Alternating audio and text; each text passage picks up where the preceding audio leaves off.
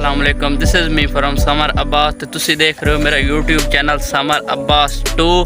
ते अज पंजाब दे बहुत ही खूबसूरत पिंड दोबरजी दे तुहानू असी सैर करान लगे हाँ